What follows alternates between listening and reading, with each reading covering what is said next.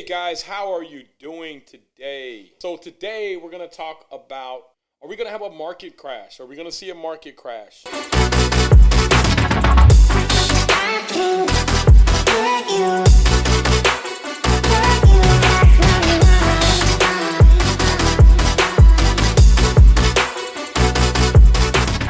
You know, there's so many opinions out here, and we look at charts daily. Try to predict what could happen, what might happen, try to predict the future. But to be honest with you, we were looking at the charts before COVID, and there was no indicators, and then COVID came, and boom, the hotel market crashed. We never thought we would have an opportunity. I never thought I would have an opportunity in my lifetime to buy hotels the way that we're buying them right now. But something weird happened. We had a property under contract. I think it was for $5.9 million during COVID.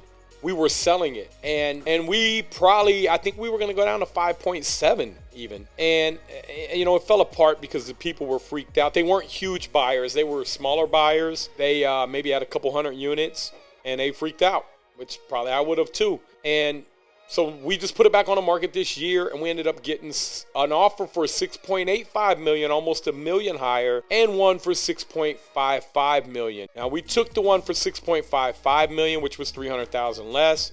We should close on it. I think we close on it this month or next month.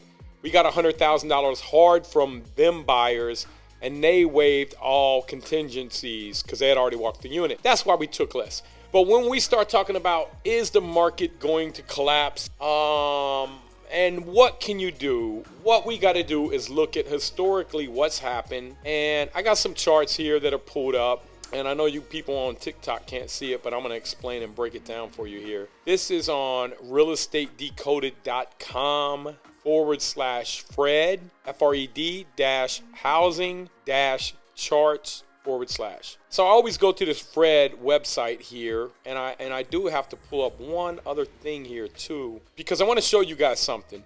And this is actually in the course that we've created for you guys. We had so many people asking, do I mentor? And I was like, man, I don't have time. I don't care. It doesn't matter. My time is just, I can't. And so over time, just kept getting all these questions from TikTok, from the BRRRR group. If you guys aren't in the BRRRR group, we have 100,000 people plus in there now. BRRRR Invest. Go in there, man. I'm going to show you. There's so many nice people in there, and I appreciate all you guys too. Look at this, guys.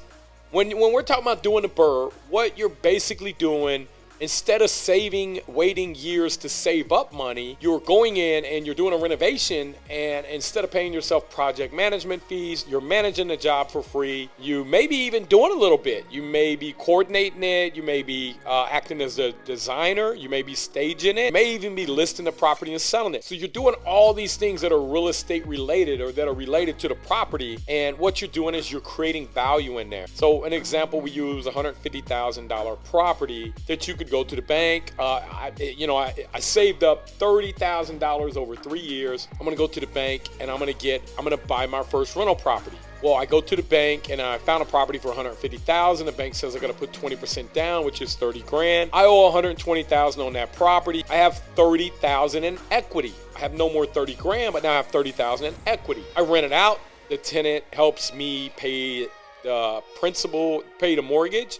My principal reduction goes down. Principal reduction is the amount that you owe every month. You're paying your mortgage, which is principal and interest. So the interest is what the bank keeps. The principal goes against the value or against the balance.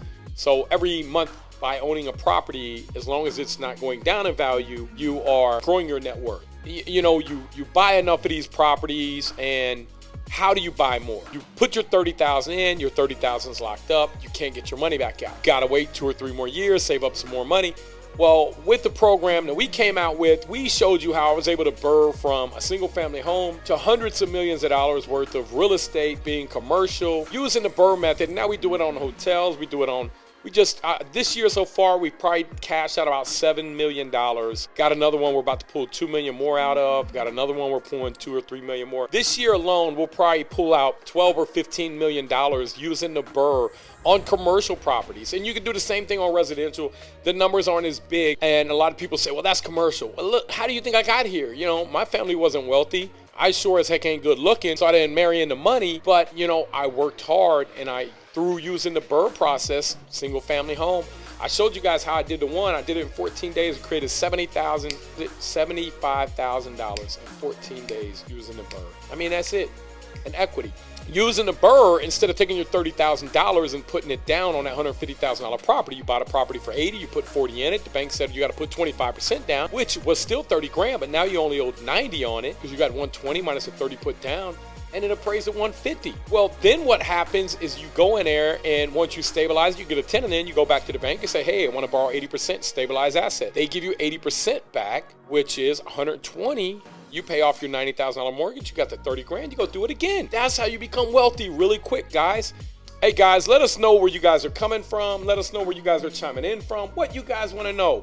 Over there on the BRRRR group, let us know where you guys are at, how the weather is where you're at, what your favorite color is, what kind of dog you like. I don't care. Hey, let's talk about some good steaks, man. I'm vegetarian, so we can talk about what kind of cows you like to eat. So let's look at this chart here.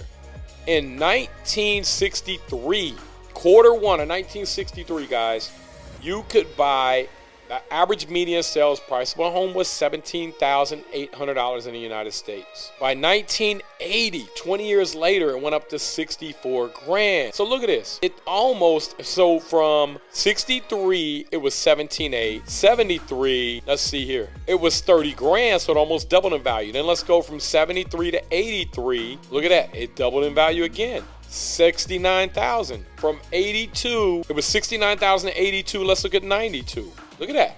It's 120 and 92.